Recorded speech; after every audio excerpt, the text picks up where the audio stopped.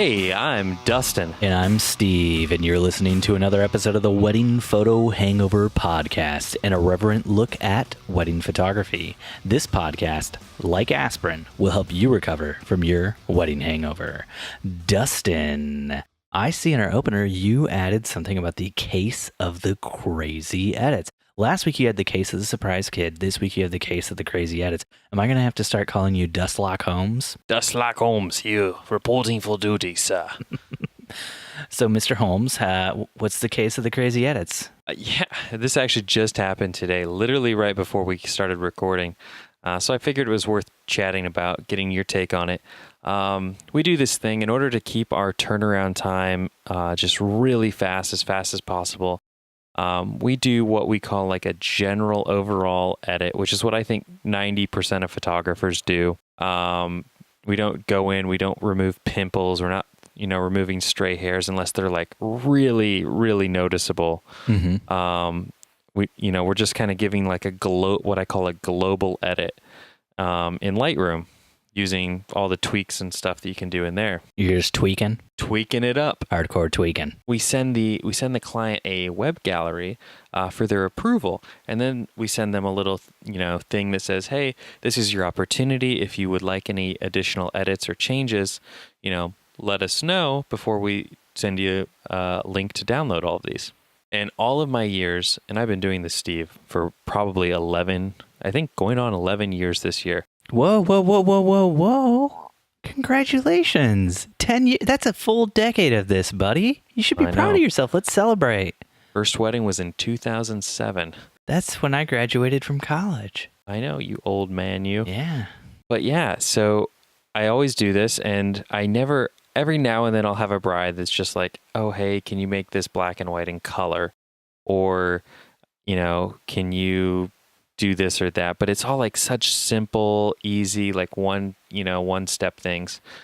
But tonight I got a page-long email back from an engagement session, and every single edit was, can you fix the color balance? Can you fix the color balance? Can you fix the color balance? Dustin, why didn't you get your color balance right when you were shooting? Well, and then why didn't you get your color balance right when you were editing if you missed it while you were shooting? No, the color balance is fine. Everything's color calibrated on my end.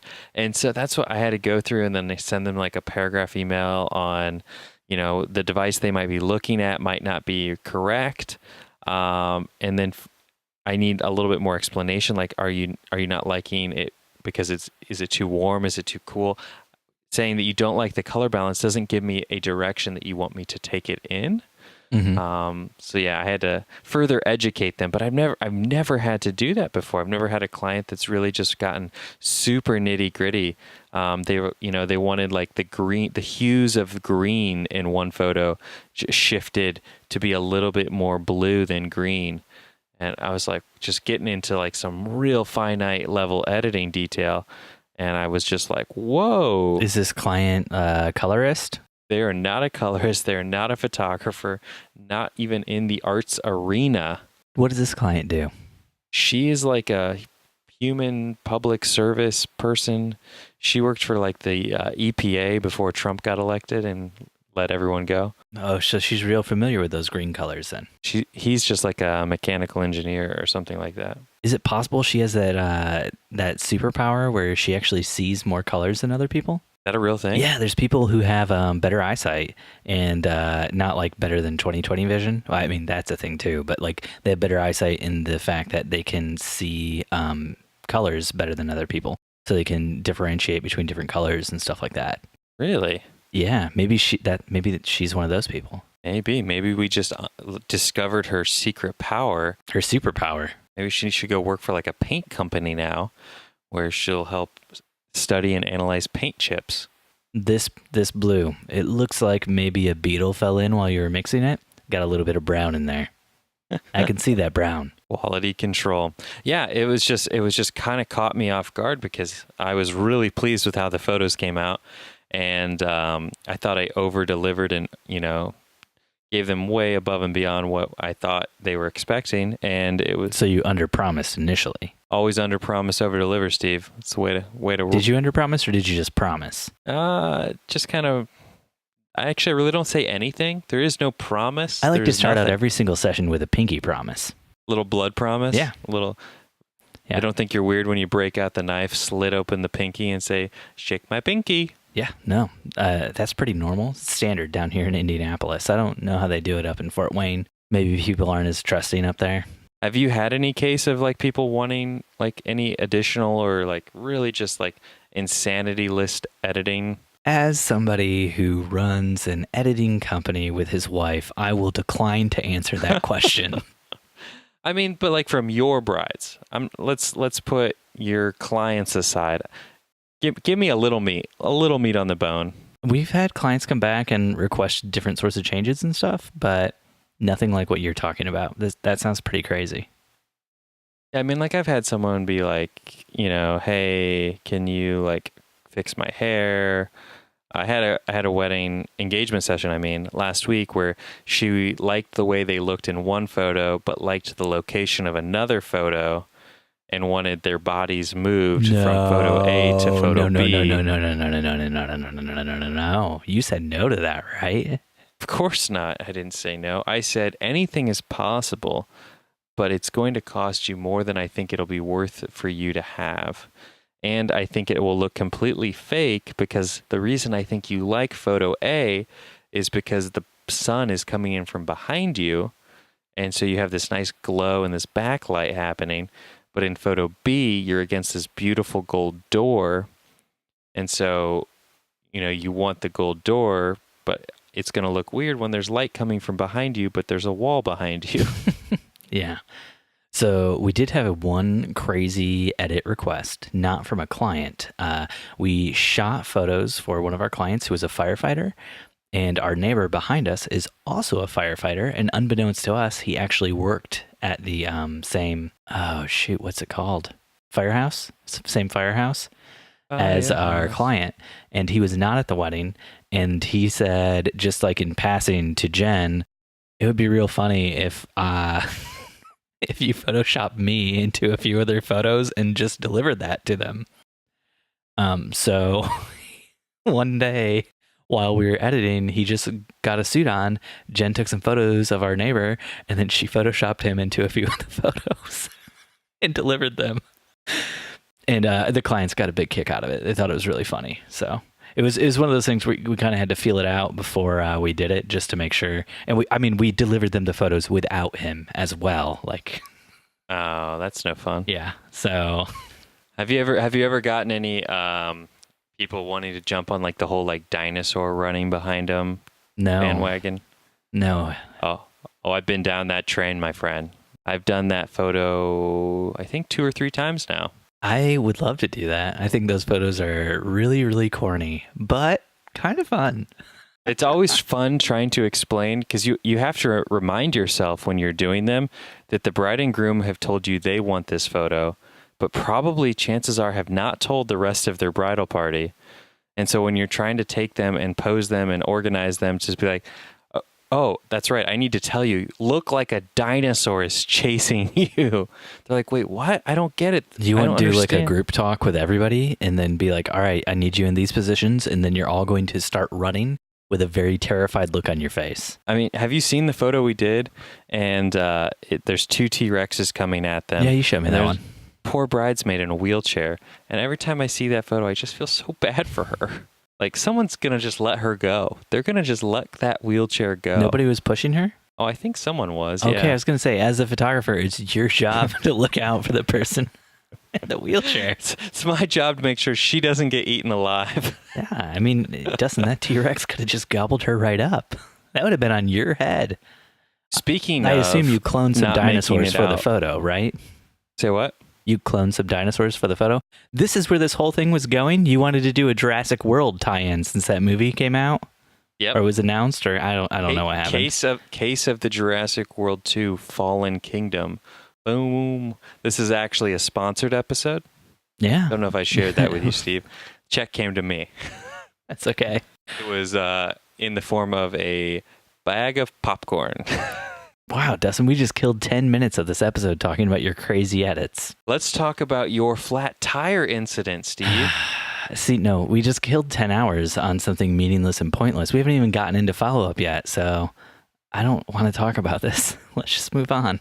Let's do something else. Jen and I were on the way to a wedding. It was not this last weekend. This last weekend, I got to stay home. I got to watch some World Cup. It was awesome. Yesterday, my boy Harry Kane that I told you all about in the last episode. Yesterday, Can we slow that down? What you just said? my boy Harry Kane, the boy who lived, is Kane with an N. Kane. Okay, just making sure.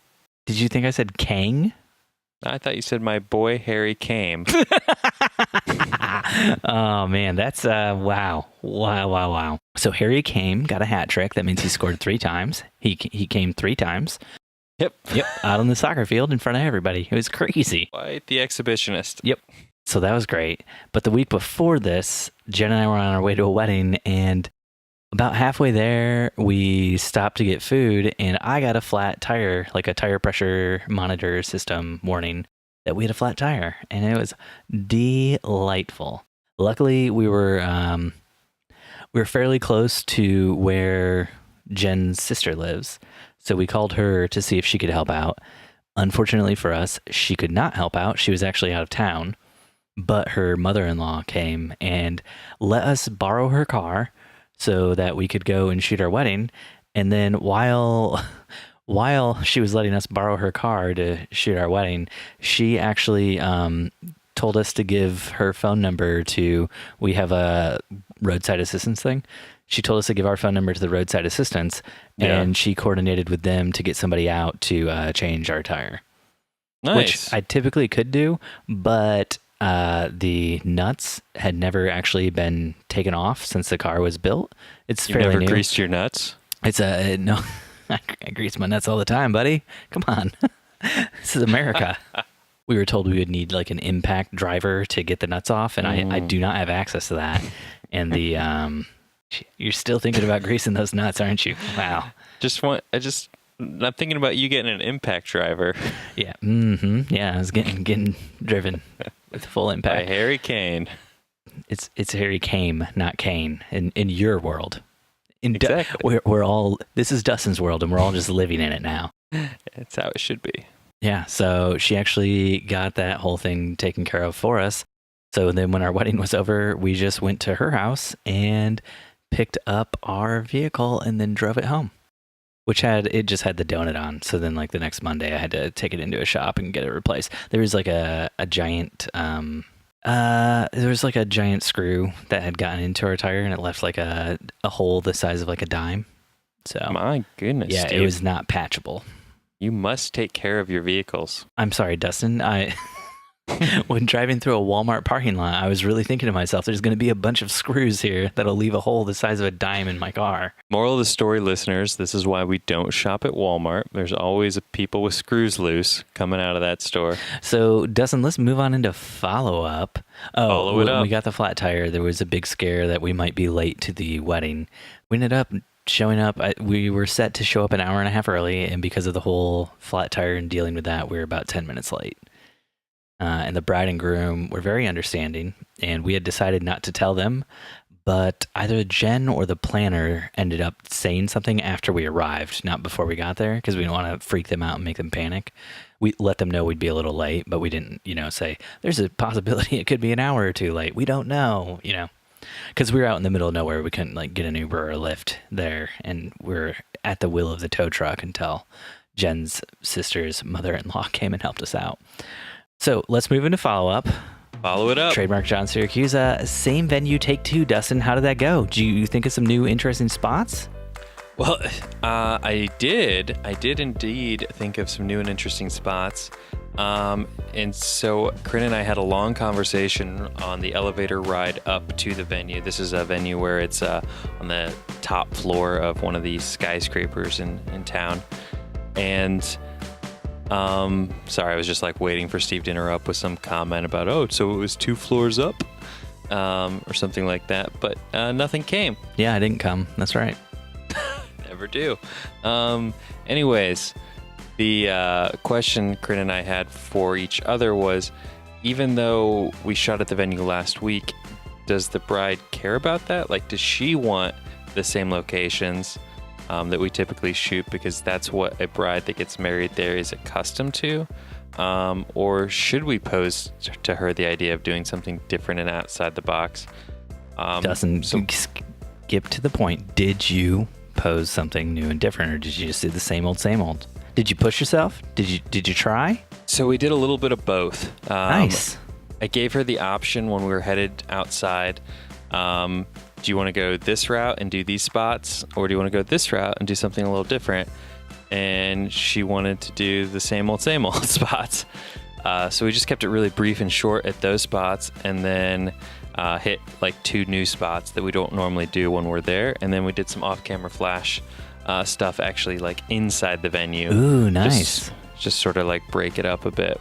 Yeah, it's kind of a super laid back wedding. Those are like the dime a dozen couples, man, that you just like dream that you get because they're just so easy and their parents are like so nice. Yeah, it was just. Yeah, I was getting all choked up by the father of the bride's welcome like toast. Oh, that's sweet. I'm sure you're the same way as a father of a daughter now. It's like every time I like see these dads, I'm like, God, this is gonna be me someday, potentially.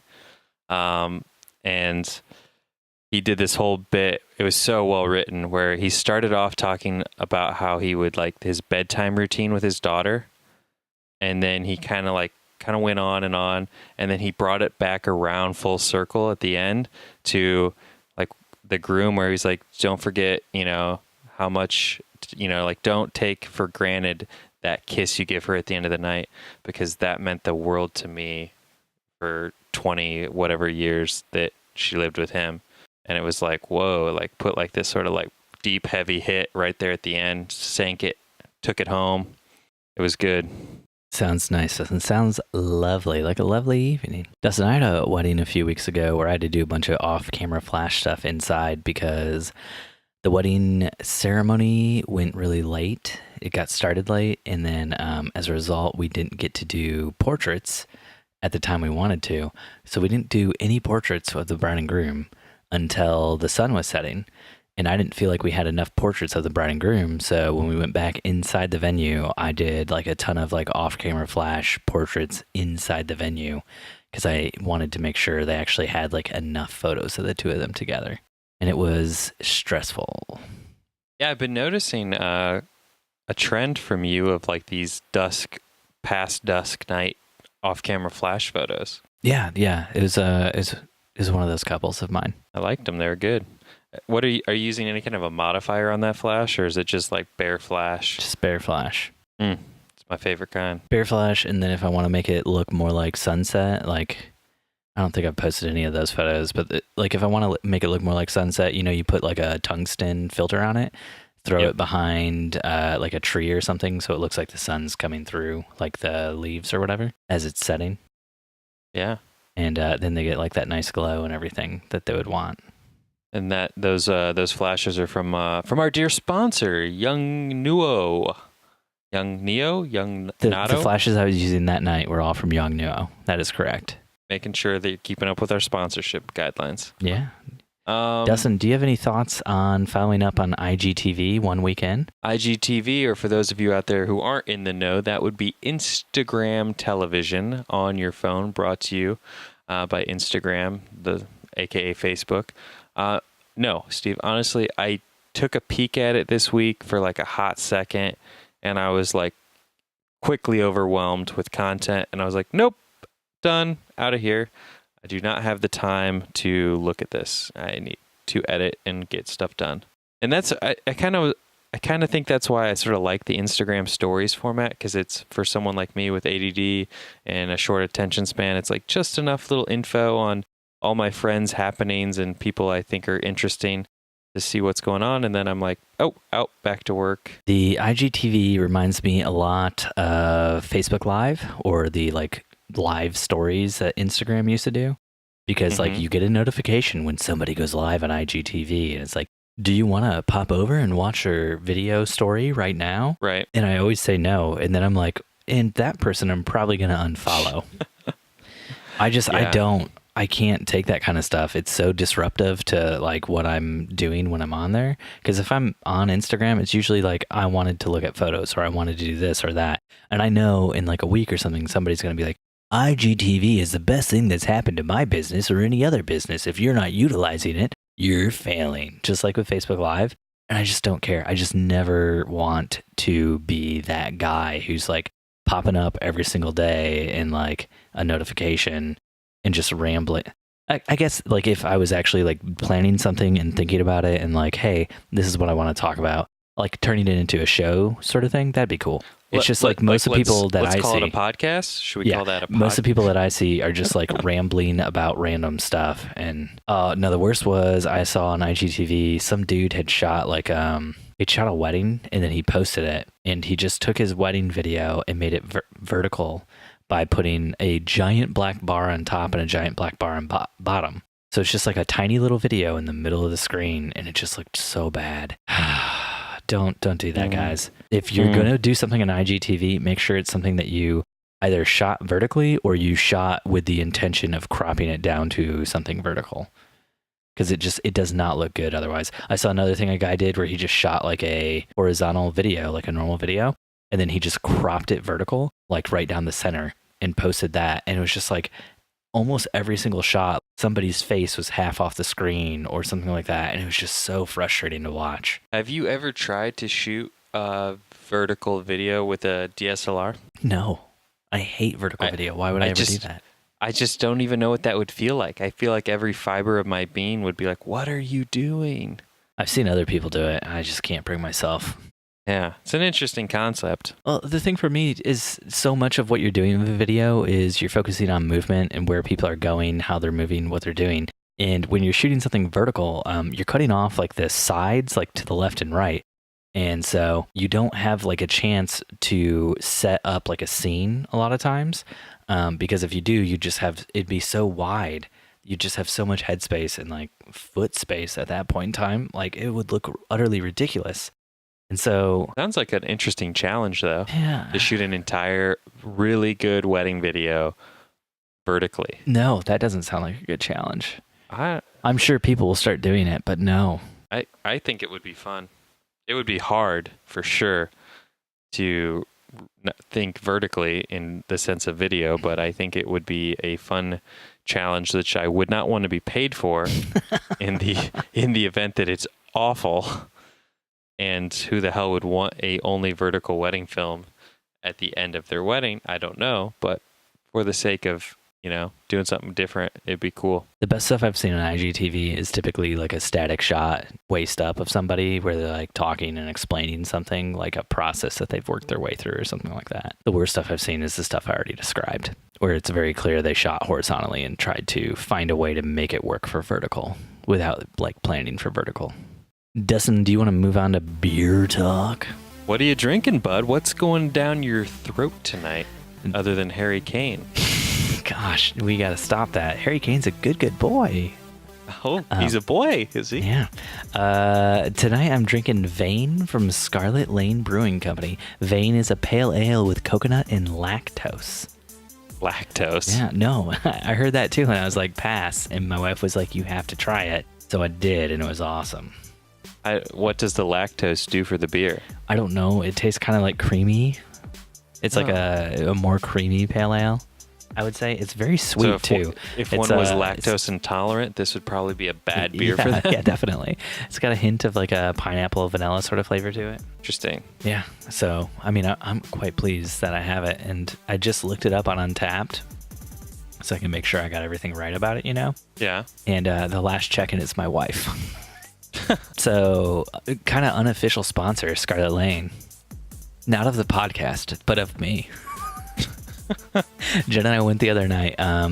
So, I don't know if I've ever said this before. I've said multiple times that Eric Bloodaxe is one of my favorite beers in the world, and it's by far the best beer brewed in Indiana. One of Jen and I's good friends works there as a brewer, and he's also a past client of ours. Little disclosure there for everybody. But I discovered Eric Bloodaxe and fell in love with it before he started brewing there. So, like, my feelings about the Bloodaxe aren't tainted at all. But when we were there last night, He gave us the Vane for free, and he also gave us the Eric Bloodaxe bourbon barrel aged beer for free, which I'm incredibly pumped about. Why don't you save that one for me? Eric Bloodaxe bourbon barrel aged. You're not going to be able to handle that. You couldn't even handle an Eric Bloodaxe. You're like, well, this is a strong beer. Oh, is this going to be even stronger tasting, though? See, typically bourbon barrel aged beer is stronger, but it doesn't necessarily taste stronger. It tastes a little bit sweeter usually, a little bit smokier. Yeah, I know. I like my Kentucky bourbon barrel. Mm-hmm. So, Dustin, let's move into our topics. First topic tonight comes from Katie from a Facebook group. Katie was shooting a wedding. She took a bunch of photos. As one does. Yeah. She had 2 cameras with her. Her primary camera, which had 2 cards that she could write to. So she was writing to both cards. Something failed with it, so she had to switch to her backup camera. Her backup camera was only capable of writing to 1 card at a time. She shot the entire ceremony and everything with the primary camera. It was only the portraits of the bride and groom that she shot with this backup camera. When she went to plug the backup camera in to her computer, none of the bride and groom photos were there. So it's like she said she was only there for 2 hours, she said. So it was like 50 to 80 photos. That's it. And she was wondering what she should do. This wasn't really a question. I brought it up as a topic because what ended up happening, a lot of people gave advice. One girl told her to refund the couple 80 to 100% of what they paid her, which I thought was utterly ridiculous. What would you do, Steven? I would try my best to get everything fixed and send it off to a professional company to see if they could get the photos back. But the thing that made me really angry, scrolling down, there are 2 people who gave this girl advice. One of them said, if you're not able to recover these specific digital files, don't say anything to the couple. And if they ask, professionally and kindly say you'll double check your images and then explain later that they got the best of the best. So she's saying to lie to them. And then another person said that, yeah, you should do that. And tell them that you got the best of the best. And then if they ask again, then be honest. That's even worse. Yep. So, Dustin, what do you think about advice like that? Man, that is just like such a terrible position to be in, that like you know how to approach it. But as far as like the advice itself that those people gave, that's hard to say. Like, I don't know what I would want to do in that scenario, because something like that could potentially like destroy your business. Mm-hmm. So it's like how you handle it is very important. So I might have gone off in the comments on this person's Facebook post and just said that don't ever do what these people said. The basic thing here is it's kind of like a logic puzzle when you think about it. If somebody's response for you, their advice to you is lie to somebody, what that person has just told you when they gave you advice is they're comfortable with being dishonest. They're comfortable with lying. Yeah. So then can you trust their advice? You can't, because they just told you, hey, I'm comfortable with being dishonest. I'm comfortable with lying. So you no longer can trust their advice. If they say, oh, I've done this before and it totally worked, there's no way you can trust that because they've just told you, hey, I'm completely comfortable with lying. We'd just like to say, though, that the Wedding Hangover Facebook group is a safe place. You don't have to worry about lying. Even if you've done terrible, terrible things in the past, you can be honest here and share your real thoughts and emotions and opinions. This was not from our group. I don't think anybody in our group would ever tell somebody to lie. We only have good people who listen to our show. We don't judge, okay? Everyone's welcome here. Even the liars. Even the liars and the cheats, okay? But here's the thing. Just never lie to your client. When you lie to your client, it always ends up biting you in the ass somehow in the end.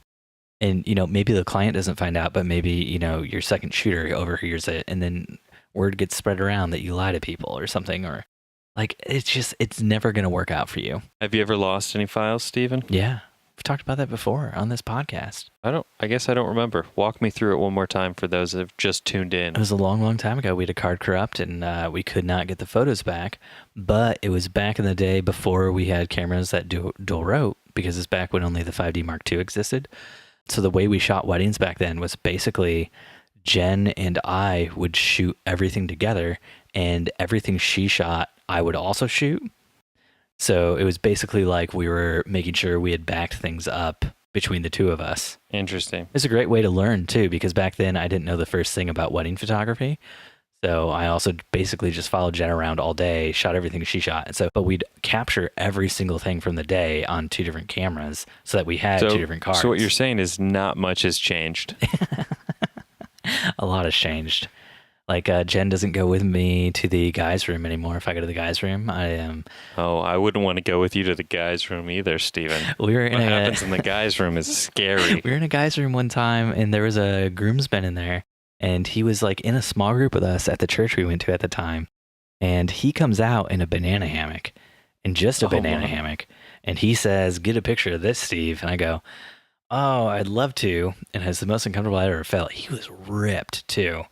He looked very good, and he was like, "Steve, get a picture of this." And I was like, "Oh, I don't think I could do that." And he's like, "Oh, come on," like pressuring me into it. And I was like, "Well, Jen is the one who's going to have to edit these, and so that just makes me feel real uncomfortable." And he's like, "Oh, Jen's editing them? Definitely get a picture then." And then I felt even more uncomfortable. It sounds like something I would say. Yeah, except it was like he was like serious and not joking around, and like the groom finally had to like come over and have a conversation with him about how inappropriate it was to try to force somebody else's wife from his church to look at him in a banana hammock, basically. I would have just said something like, "Oh man, I'd love to take a picture of this, but I can't promise the liberties my wife might take in Photoshop with this photo." With the area around your D? Is that what you're going to say?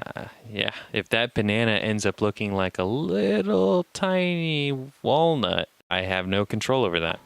So, Dustin, are we on the same page? It's never okay to lie? Never okay to lie unless you're lying to the one you love. Oh, is that why you lie to me so much on this podcast? Is that why you lie to our listeners? Every day. Dustin, let's move on to our next topic. What parts of the wedding day do you think you'd like to be able to stop capturing? What photos do you think are kind of pointless? Well, I think this is a twofold question, honestly, Stephen. I think there are parts of the day that I would rather not photograph, but then there are parts of the day that I would rather not photograph, but I still think are important. And if I could and had unlimited funds, I would pay someone else to do them for me. I would. I'm talking parts of the day that you end up photographing and you're just like, I don't know why the hell I'm photographing this. I feel like I have to at every wedding, but I've never actually felt like I need to deliver these photos. Specifically, I'm getting at the recessional. The recessional? Yeah. Is that what it's called? Yeah. So you have the processional when the people go in. You have the recessional when the people come back out. There are only two people in the recessional that you really need to capture. That's the bride and the groom. Yet at every single wedding Jen and I shoot, we always leave somebody else there to capture everybody else going down the aisle. Yes. I don't think we've ever delivered any of those photos except maybe like the parents leaving, just because like the father of the bride walked in with the bride as opposed to with his wife. So there's not like a picture of the two of them together walking at the wedding. But even that, it's kind of like, if we didn't get it, would anybody know? Would anybody care? Like, why do people care about the recessional photos? It's sort of split 50-50 whether or not we cover it. I try to cover it if I can, because every now and then, like one of those, groomsmen, bridesmaids might actually be a couple. And I kind of started doing this shtick, depending on where I'm shooting, where as soon as the bride and groom get about 75% of the way back down the aisle, I'll have them kiss again. And then, everyone like claps and cheers towards the back of the church. If there are people in the back of the church that can see it. Are you going to share one of your one-liners that you failed to share last week? I only thought of it because I did it this week and it went beautifully. And then when the maid of honor and best man come down, 75% of the way down, I'll say, "Oh, stop, kiss real quick, guys." And then I do this because I know they're not a couple. And then typically the people in the back are always like the friends of the bride and groom that know these people. And so they're like, "Oh, no, they're not together." And like, it just gets a little bit of, attention and laughs. You like to, on the wedding day, be like, "Hey, everybody, the bride and groom are already gone. Look at me. I'm Dustin. Show's here right now, guys." Then after you say that, do you just like flex both your muscles and you're like, welcome to the gun show, everybody. It's me, Dustin McKibben. We left the cannons at home because we don't need them. Now, we only your have dress shirts that you icon. wear to weddings, do they have rip-off sleeves or are they like button sleeves that snap off? Velcro. Velcro sleeves. That's fantastic. Velcro. You got a good ripping sound like... Oh, yeah, baby. Don't worry, I can put these back on in a jiff. And it's got one of those air vents in the back. Oh, gosh. Keeping it cool. Keeping it classy while keeping it cool. Keeping the guns out. Yeah, I don't know. The big thing for me, I guess, would be like the detail shots. Like I have a love-hate relationship with them because it's like I feel this like I have to do them and I want to do them, but I don't oftentimes like doing them. When you say make sense? details, are you talking like wedding dress, rings, shoes, that kind of stuff? Or are you talking like table settings, that kind of stuff? Both. Okay. Anything that doesn't have a person in it. Oh, speaking of things with people possibly in them, but possibly not, my number one all-time least favorite thing to capture, photos that are placed out by the bride and groom. A lot of times at weddings, they will have like photos of their parents, their grandparents, like on their wedding days and stuff like that. Or they'll have photos of people who passed away. And I completely understand why they want that there at their wedding. What I don't understand is why you want me to take a picture of a picture. Yeah. I don't know. I guess I'm very much people driven. And it's like, to me, the importance is the people in the photo. And to shoot photos of inanimate objects, except for the rings. For some reason, the rings are like my fun thing that I get to photograph and make look cool. Sometimes that is. And the rest, like the shoes and the dress and all that stuff, it was fun for the first few years, and now I'm kind of over it. And now I feel like I have to do it because I always do it and everyone does it.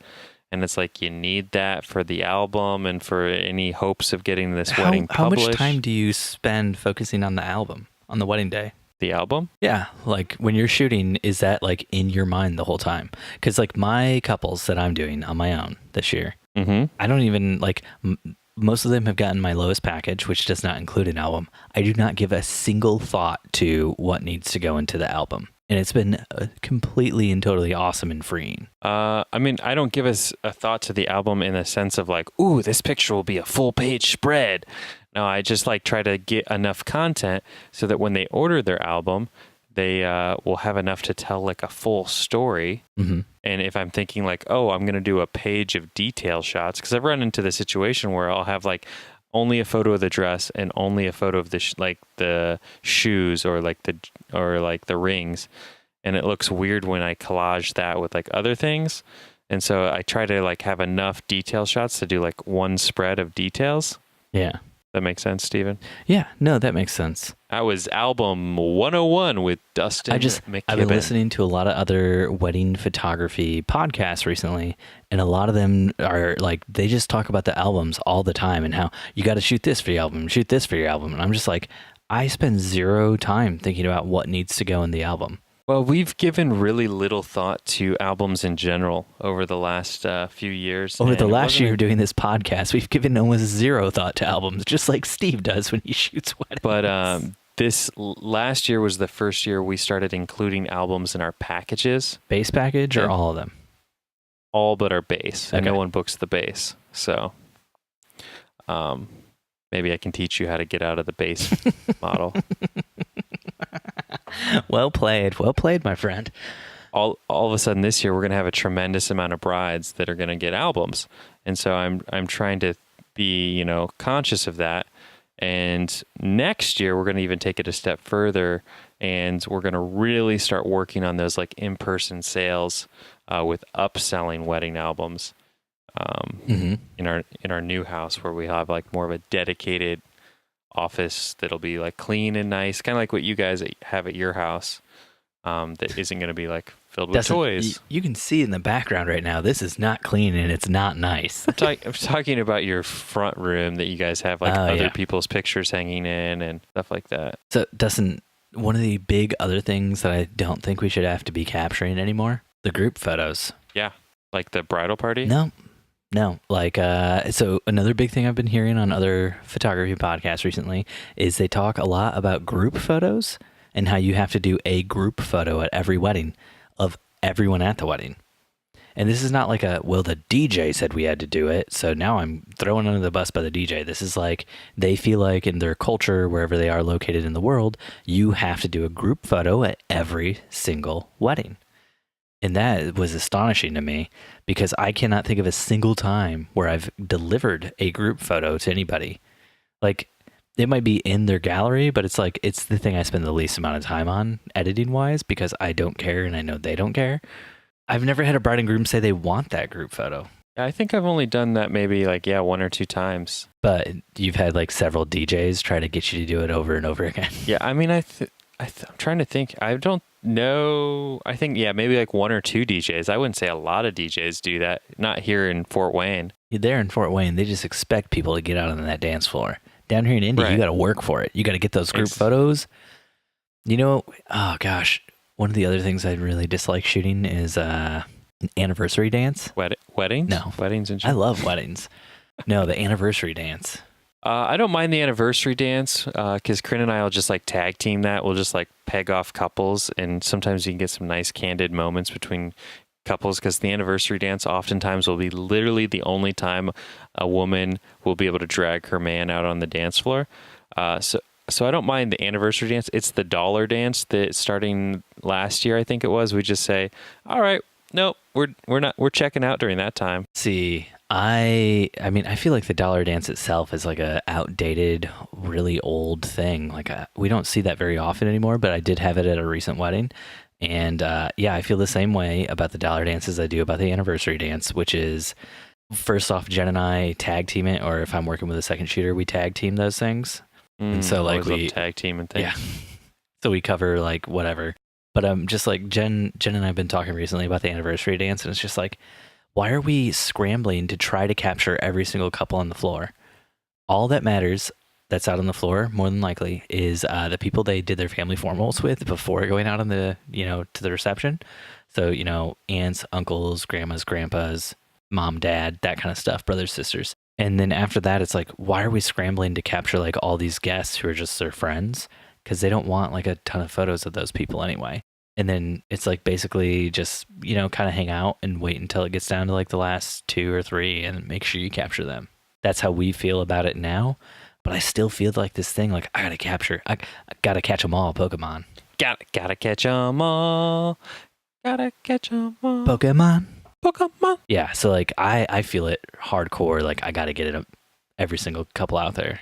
But yeah, no, I'm starting to feel that like that burnout with it, where it's just like since I'm the one who calls every single wedding we shoot, I go through the anniversary dance photos with all those couples, and I'm just like, nope, okay, nope.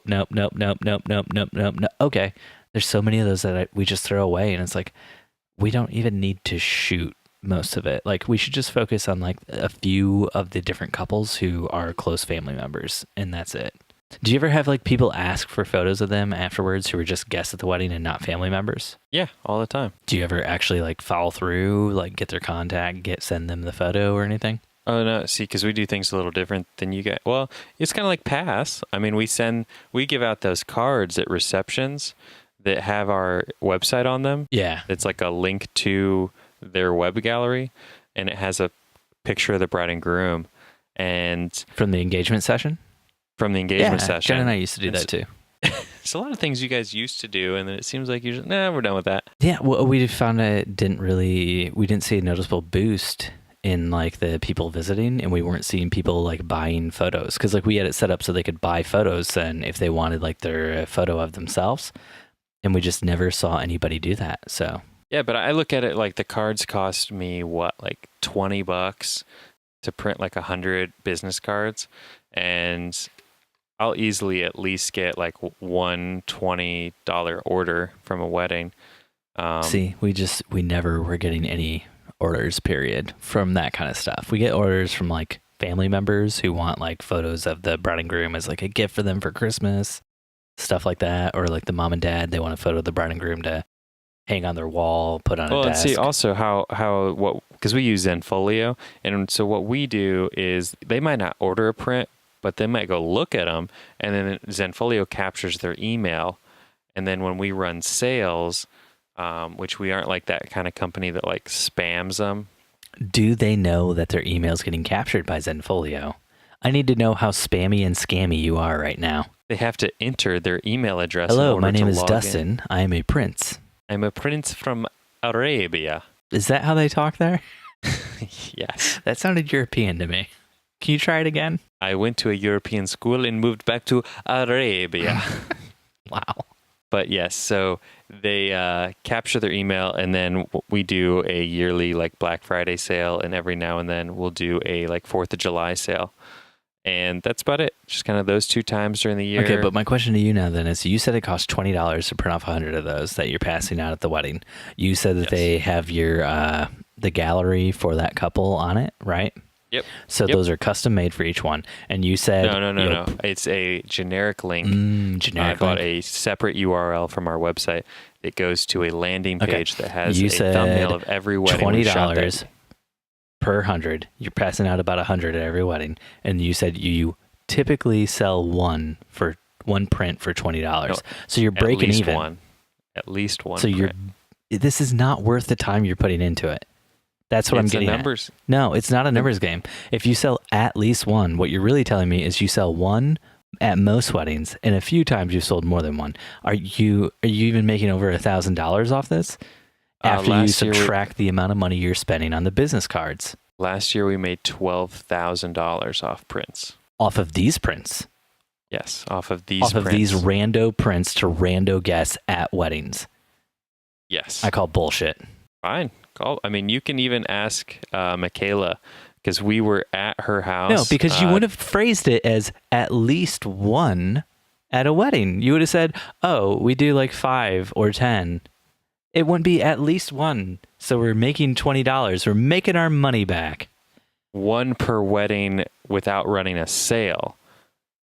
I'm saying that then when we run our sales, because we've captured their emails, that's when the big money comes in. Oh, big everybody money. likes to feel like they're getting a deal. So even though it might be like, because we're charging $20 for an 8x10. So, and then when you were saying, when you said at least one, you were saying that's pre-sales numbers. Correct. You did not specify that, Dustin. You led me down a dark path. I know. That's where I take you, Steve. And then I'm just like, paboo. And then you're like, Harry came 3 times. Oh, great. All right. All over your face. That was disgusting. Oh my gosh. We're gonna have to be super explicit on iTunes now because of all the terrible things you've been saying today. Oh, Dustin. Do you do father-daughter reveals? Yep. Next. Why? The bride asked me to do them. So if the bride doesn't ask, you don't do it? Correct. Why is that? Because the bride didn't ask. Okay. So we try to push our brides to always do a father-daughter reveal. Oh. Unless like we get the feeling from them that they're not super close with their dad. We find you get like some super emotional moments. So a lot of times if a bride doesn't specifically request it, when she's like getting dressed, we'll say like, oh, is your dad going to come see you before like the wedding or whatever? And if she says yes, we're like, oh, well, why don't we, and like then we like pose her somewhere in the room and we bring the dad in separate so that he gets like his first look at her. And I mean, personally, we find most dads just light up their whole face when they see their daughter on her wedding day. Some of them cry. It's a very emotional time. So we try to like make that moment happen, even if it wasn't planned. That's why I brought it up, man. I mean, if there's like a dead time, we'll try, but it's definitely not something we will push if we're tight on time. If there's like, it typically happens anyway, and we'd rather set it up so we're ready for it when it happens, as opposed to like they just pop in. Oh my gosh, Justin, we had a bride at a wedding sometime in the last 5-10 weddings we shot. I don't want to be specific. She knew that the groom had already got ready, and I was going into the groom's room, and it was like right across from the bride's room, and she just followed me in. Say that one more time. She knew the groom was already ready. I was walking in to do some photos with the groom, and she, instead of going to her room to get her dress on, she was not dressed yet. She'd just shown up. She just followed me in to have her own first look at the groom. That's always like a fear of mine, is that bride and groom will just like, without purposefully doing it, just like do the first look without telling you, and you're like, whoa. Yeah, that is exactly how I felt. I saw her coming in and I was like, oh, no, he's in here. And I like tried to like shut the door and I didn't push her or anything, but I was like, oh, no, you can't come in here. And then she just stuck her head in and around, looked at her groom and smiled real big. And she's like, what's up? Oh, my camera's not even up because I was too busy trying to keep this moment from happening. So I didn't capture the moment. It was such a beautiful moment. Felt terrible about it. I was reeling all day too because I felt like I had screwed up their first look moment or whatever. But their first look was out. Still super sweet and awesome because the groom was like blown away when he saw her like in her dress and everything. So Sweet. yeah, but man, I was reeling after that. I couldn't get my feet on solid ground. Felt like the whole earth was moving and shaking underneath me. Never good, Steve. Yeah, it's all that anxiety. Dustin, do you want to do some Q&A? Let's do some Q&A. But Steve. This one comes straight from the Wedding Hangover Facebook group. That's right. Our Facebook group is just called Wedding Hangover. Invite your friends. They don't have to be photographers. We got some DJs and other people in there already. It's cool. It's just a place to hang out. Has anyone, this is fan producer Louis Novak, has anyone had that super awkward moment when a family member tries to sell your services to friends or coworkers right in front of you, saying the most absurd shit and totally embarrassing you? And Louis follows this up by saying, a coworker of my mom is looking for a photographer and she said I would do their photos in exchange for getting my AC on my car fixed. His dad is a mechanic. So a full wedding package for the price of an AC repair, which is $600. So then I have to backtrack all this because I was already talking with the couple. Then a few days later, he's over at my mom's house with me and she's offering them a free engagement session and telling him to just print photos at Walmart instead of ordering prints from me after I've repeatedly told my family not to do this shit. It's hilarious. Louis, thank you so much for this. This is so fantastic. Oh, it's so good, Louis. I love it because like it starts out, it's like his mom is just trying to like figure out a way for him to get the AC in his car fixed. She's just trying to take care of him and she's like, oh, I could help him out with this. I'll help him out by just, And then it spins out into, he'll do a free engagement session. Just print those photos at Walmart. You don't need to order them. Oh, man. Poor Louis. So, I mean, we all have family members and we've all had people do not necessarily exactly this, but stuff like this to us. Right. I can't think of like a specific example off the top of my head. I know when Jen first started out doing wedding photography and I wasn't shooting with her, there were times when people said something about needing a photographer and I would just volunteer Jen. I wouldn't say she would do it for free, but she would get very upset with me because she'd be like, I don't want to be doing family photos. I want to be doing wedding photography or, whatever. It was at the time where I had screwed up and it might not have been family photos. I just remember her getting mad at me because there were several times where I said she could do something and she was like already booked, already scheduled. And I put my foot in my mouth a lot when the business first started out. Okay, Steve, we forgive you. But will Jen forgive me? Nope. Dustin, you got any stories? We got a story from one of our other Facebook group people. Yeah? Yeah? What'd they say? Alicia Semrock says, and I hope I pronounced that right, and I'm really sorry if I got it wrong, but surely all you're doing is pointing a camera and clicking a button. How much could that possibly be worth? And then she says, my mom pulled one on me the other day too. She owes a friend a favor, so she volunteered me to take their family photos. Yeah, my parents and family typically know better than that. What I run into is this sort of braggadocious thing where like my parents will like brag about me and they get frustrated with me because they'll be like, yeah, Dustin, I ran into such and such and I like told him, yeah, oh, my son's a wedding photographer. And they're like, and then the guy will say, oh, yeah, everyone knows a wedding photographer or everyone knows a photographer. And my dad gets like frustrated because he wants to like brag about me, but he's like, do you have like some sort of accolade or something that I can like toss in on that? Like my son's a certified wedding photographer or my son's a licensed wedding, like something that he can just like differentiate me from like all the other What you're trying to tell us is your dad is ashamed of you because you don't have any accolades. That's kind of what it feels like is there's like, he's like, but Dustin, I really want to talk you up to my friends, but you need to do some work worthy of talking up first. Yeah, pretty much. That's kind of what it feels like. I mean, have you ever had that happen, Steve, where you're, your parents want to like be like, oh yeah, my son, he shoots weddings. My mom has never wanted to talk me up. No, just joking. My mom's actually referred some people to us in the past. Hey, there you go. Yeah, but I think it was one of those situations where she might have said something about like how we were real cheap or something like that. Or something like that to like try to get them to contact us. Like in her mind, that's probably what it was. And in our mind is like, why are you making us look bad? Why are you making us look like we don't charge enough money or whatever? It's funny. Yeah. My mom just feels like if it's worth buying, it's worth waiting for there to be a deal on it or a giveaway or a coupon or something. Like she doesn't ever buys anything full price. I had a funny call come in today for a wedding. The bride called and it was for like a wedding this August, so like just a few months away. Mm-hmm. And I was like, unfortunately, we're already booked. But if you tell me kind of like what price point and budget you're like trying to work at, I'm happy to help find someone for you. I was thinking about you actually. And yeah, you, bud. Me? You. Stephen Van Elk of Redwood Lane. So I was like, I told her, what we charge, and she was like, whoa. Because when I asked her what she was looking to spend, she's like, I've never hired a wedding photographer. I have no idea what they cost. And I'm like, well, let me just tell you what I charge, and then you tell me if you think that's too much. And she was like, whoa, yeah, this is just a small wedding. Oh, does this explain why I got a contact today for somebody who could only do $250 for an 8-hour wedding? That's $250. No. Is that? I'm just messing with you.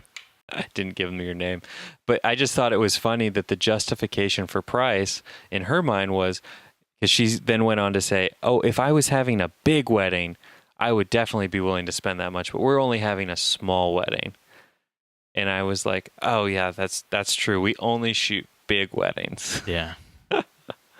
Like the guest count influences how much you can spend on your photography. Whereas I feel like if you have a smaller wedding, you should almost have better photography because you're not paying for as much food and alcohol. Don't you just love it when a client hires you and you're like 50% of their budget or something like that for the day? Because you know that they just valued you so much. Oh, absolutely. We just got an email from a bride today or tonight where she was like, I've been following you guys on Instagram for years, and went on to talk about like what she likes about us. And it just was like really like talking us up before she even went on to talk about her own wedding. And you're like, oh, right. Uh-huh. And you got out a calculator and you're like, and okay, all my prices just went up by 25%. Awesome. If she says I'm great 5 more times, that's another 25% on top of that. Yeah. Yeah. That's how it works, right? Pretty much, sir. Did you book her? She's going to look it over tonight and hopefully get back to me before tomorrow. She gets back with you, let's just go ahead and we'll edit this podcast real quick and send it to her so she can hear all the times you disgustingly say Harry came. Did he though? Did he come? 3 times, 3 goals, Dustin. Sarah from the Facebook. By the time this episode comes out, they'll already have played their 3rd game in the group stage, and I mean, I can't say 100% for certain they're going. No, I can say 100% for certain they're going on at this point. Yeah. So I mean, they're going to advance out of the group stage. So, yeah, man, it's tricky. You never know what's going to happen. There's some ties today. Okay, sorry. Sarah from the Facebook groups. Shot my first wedding at a hall. It was a family member's wedding. Going into my second one, I'm hearing that some ministers have rules, as in some don't want you close to the altar. How do I find out about this? Ask the church. Ask the minister? I try to keep my distance from the minister, especially if it's a hardcore, super strict Catholic church. Oh, yeah? I like to live in a world where if I don't know the rules, then I can't have broken the rules. I had a wedding recently that was at a small church in a small town, and it was one of those churches where you're just like, I'm never going to come back here again. And they were like, you are only allowed to shoot from the very back of the church. Once the ceremony starts, you must move to the balcony. Once you are in the balcony, you are not allowed to move for the rest of the ceremony until the bride and groom walk out. And I heard all Once this. the bride and groom walk out, please jump off the balcony. To your death. I heard all this, and I thought in my mind, I don't care if I ever come back here again. So once I got up to the balcony, I just moved around and shot wherever I wanted up there. But I did respect them enough to go up to the balcony. I don't advise anybody else do anything like what I just said. It was just one of those situations where I was super stressed out because I was like, I'm not going to get the shots that I need to get. I'm already feeling like the shots aren't going to be great because I'm going to be stuck in the balcony, and I'm not going to stay in one spot. And this is why churches hate photographers like me. We have a wedding coming up in August, and it's the strictest church in all of Fort Wayne that I know of. And there are some few that really come close to it, but it's the only one that actually sends you out a contract prior to the wedding that you must sign, or you're not allowed to take pictures during the ceremony. And this year they added some things to it, please, you should prohibit laughing and loud talk during and before the ceremony in the sanctuary. And I was like, so we definitely don't want this to sound joyful. This is a wedding. Nobody's supposed to be happy here. Right. Please prohibit children from running around during the family portrait time. Oh, yeah, because the photographer's babysitting the children during the family portrait time. Yep. Jeez. Yep. Yeah, it just went on and on. It was so ridiculous. And then the best part is where it says like sign, underneath it says bride and groom, as if like the bride and groom are supposed to sign it. They were like, so I think the bride and groom actually sign a copy of this too. And then they just send another copy for us to sign, but they don't even like switch out the name to photographer on it. So I'm not. That'd be the title, not the name. Right. Are you going to send them something back and just say, hey, a lot of these things are out of my control. I don't feel comfortable signing this because I can't promise you that people won't have fun and be joyful on the day. That's not something I can take care of. Well, the funny thing is we didn't sign it last year. And so on the copy they sent us this year, it says in big, bold letters, because you didn't sign it this year, like that's why you're receiving this extra early before the wedding. Yeah, no, you need to talk to them because that's utterly ridiculous. Gosh, I'm sorry. I cannot stand when churches take something that's supposed to be like a joyous, fun ceremony, and it's supposed to be about what the bride and groom want and about the relationship, like together in the relationship. If it's at a church, typically with God. And instead of that, they're like, no. We want to dictate exactly what happens here because we feel like you're not respecting God. And it's like, God's blessing this marriage, man. Come on. That's the whole reason. Okay, I'm going to cut all this out. This is going to sound so terrible. Everybody's going to think I'm so sacrilegious. It just makes me so frustrated. Oh, I know, buddy. Oh, does Sarah from the Facebook groups get the minister's email address from the bride and groom? Just send them a quick email. You knock this out if they have any rules. If you don't get contacted ahead of time with rules, like Dustin got that contract he had to sign, then you basically don't have to worry about this. And if they have anything to say to you, they'll tell you on the day. Just make sure you bring a telephoto with you in case you have to stay in the back, which has happened to Jen and I on multiple occasions. Yep. And always know that you can break all the rules if you never want to shoot there again. Pretty much. Kind of how I live my life. Have you been blacklisted from anywhere? No, haven't been blacklisted that I know of. We did have a wedding at a small church that I could really care less if we go back to. They told us we had to stay. They told Corinne that we had to stay in the back, but no one ever told me that we had to stay in the back of the church. So I told her, well, no one told me this. So I'm going to go up a little bit closer and get some pictures. And then I was really happy with, what we did. And the videographer stayed planted in the center aisle in the back of the church the entire time. So that's why I had to kind of go up front a little bit to get out of his way. Mm-hmm. And after the ceremony, the pastor came up to the videographer, like near us, and said, "Hey, I just want to thank you for how professional you were during that ceremony." And like shook his hand and everything, and then looked over at us and then walked away. Nice. And I was like, oh. And Corinne was like a mess the rest of the day because she's like the most intense rule follower. And so to have anyone upset with her, even someone she'll never see again, was like just destroying her on the inside. No, I get that, man. I get that. I'd probably be destroyed too. Wow. Yeah, buddy. Yeah, buddy. Dustin, here's a quick one. Claire from the Facebook groups. I have my first engagement session soon. Do you all have any tips, advice, or must-have equipment? A camera's always good. A camera is always good, but you don't actually need the camera. See, when you're a photographer, the greatest tool you have is your mind. Mind over body. So you can just show up with that mind, and you'll be good. Right, Dustin? All the time, bud. That's how I like to approach all my engagement shoots. I paint them a word picture afterwards. Interesting. Just like describe to them how it went with words. The couple was standing in the center of the pavilion. The light behind them from the setting sun was casting just a few rays of it, was making it through the trees into the pavilion, perfectly backlighting them. And I said to the couple, now get real close, and now smash your genitals together and pull your shoulders real far back. Man, if only I had a camera. Now, go ahead and have the groom get down on one knee and pretend like he's proposing. Oh, Steven, you're such a funny one. Oh, gosh, we shouldn't record so close together again. Just makes me want to reference our last episode. Dustin, do you have any tips, advice, must-have equipment besides a camera? No, I mean, just find what's comfortable for you and get really, really familiar with it.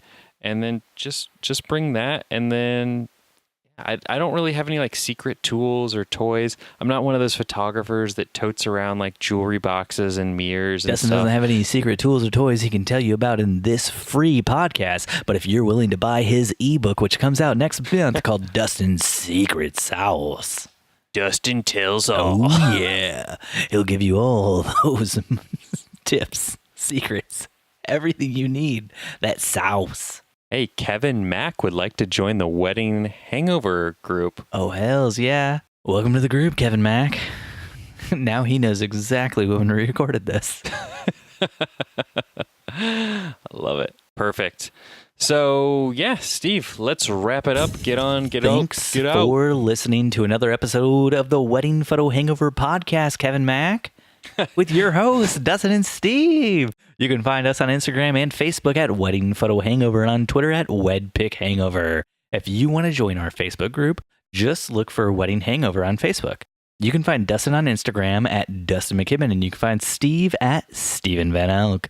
If you've been listening for a while and you feel moved by the spirit to send some positive vibes our way, we'd love it if you left us a 5-star review on iTunes or Stitcher or wherever you can do that. It really helps us to find more listeners, which helps us to get more special guests who know more about photography than Dustin and me. Because Dustin and me, we don't know very much. Thanks for listening, and we'll see you next time your head is pounding, your limbs feel like dead weight, and your entire being is aching for the sweet embrace of death. That's right, next Sunday, after you shoot another wedding. Another wedding. Cool beans, man. Cool beans. Cool beans. Cool. Cool beans. Cool. Cool beans. You doing anything fun this week? This week, possibly going to the Fort Wayne Zoo since I didn't go last week. Are you actually going to come visit me, man? Oh, wait, no. Jen's going to the Fort Wayne Zoo. I'm staying home to edit some stuff so she can go and hang out with my sister. So possibly not going to Fort Wayne. That's just not cool, man. It happens, buddy. I got a lot of work to do here at the house. Gotta mow the lawn. Gotta go and climb. Yeah, I've been seeing you going there a lot lately. What's the deal with that? We got memberships. My brother works at a climbing gym, and we decided to get memberships and go climbing. It's nice because then Ian and Nora get to see him more often. He lives like maybe 40 minutes away. He lives like down in Indianapolis proper, and we live out here in Noblesville, so probably more like 30 minutes away with good traffic. But we just never seen him. But the climbing gym he works at's like halfway between our house and his house, so it's like, hey, we could just go hang out there for a while with him. And they're running like a super awesome deal. And as I told you guys earlier, the Kathy Van Elk way of buying things is you don't buy them unless there's a deal or a sale. So we went all in on that deal when we saw it. It's like all summer long, you can go as many times as you want, and it only costs $90. Oh, wow, that is a really super good deal. cheap. So I've been going a lot, and I absolutely love it. I'm scared of heights, though, so, it gets a little scary when I'm getting up high. But no, I absolutely love it. They have some of the rappelling things there where you don't need somebody to belay you. It's an auto belay. So you just snap in. You don't need to have like somebody else there watching you or whatever. And then they have like a lot of bouldering stuff you can do. So like you're climbing, but you're low enough. There's like just pads and you're okay. Like you don't need to be harnessed in or anything. And you just like climb kind of like upside down and stuff and like try to get over things and stuff like that. It's real cool. I need to lose weight though, so I can climb better. I need to get on that Dustin diet. Dustin, give me the deets on that diet right now on the pod. Come on. What are the Dustin deets? The Dustin secret sauce. The sauce. Or is that coming out in your ebook next month? Just no carbs, no sugars. Well, I shouldn't say that. Very little carbs, very little sugars. It's near impossible to go completely carbless without going insane. But yeah, I'm doing okay. I decided not to weigh myself today. I don't know, just was feeling fat this morning, so I'm going to weigh myself tomorrow. Dustin, you don't look fat, buddy. You look great. Oh man, it's the glasses. They help. Mm-hmm. I think it's your whole demeanor. I think it's that smiling, winning attitude you have. Yeah, we'll see. Nervous to see how long I can keep it up.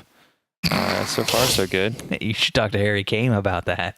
Yeah. About keeping it up, Dustin. Yeah, that was a sex joke. To go back on all your sex jokes. Can't believe you talked about Harry like that. That's just insulting. The boy who came. Poor Harry. Poor Harry. Poor Harry. That's 5 goals in this World Cup already. 5 goals in 2 games. It's amazing. See, while you're busy watching soccer, I have 8 houses I have to photograph this week, one of which was today. How'd they go? And I'm sitting here because the couple requested a twilight shot of their backyard because they built like this.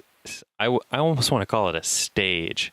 It's like a deck, but it has like a huge pergola type covered roof thing. And then they've got like all these like strung lights. And so before I got there, the realtor called me and he's like, they really want this like almost night shot of their backyard, but I can't afford to pay you to come out twice. You do some Photoshop magic and like make it look like nighttime in the backyard. So while we were recording tonight, that's what I've been doing. And now that I'm looking at it, I'm like, this just looks fake as hell. Anytime you try to use like a day to night, night to day sort of thing, it always looks real bad. Yeah.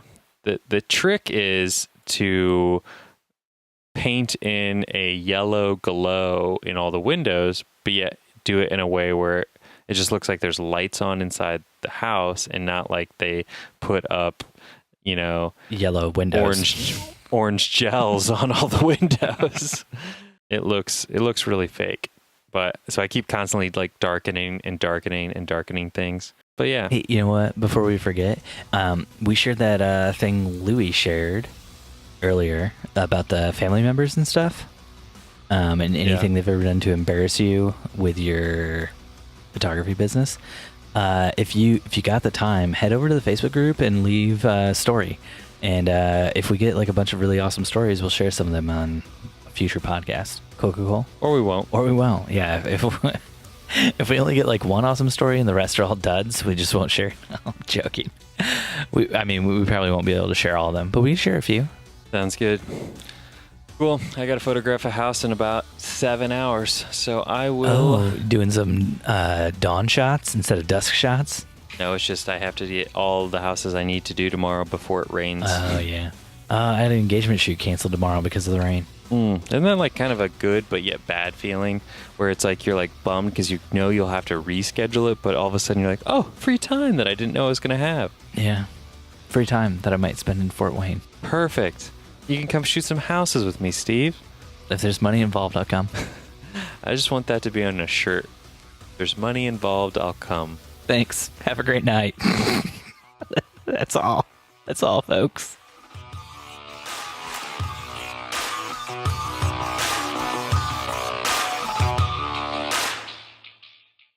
You've never greased your nuts? It's no. I grease my nuts all the time, buddy. Come on. This is America. Wedding Photo Hangover is edited by Steve Van Elk from Bespoke Tone. You can hit up Bespoke Tone for all of your photo, video, or audio editing needs. Woo-wee!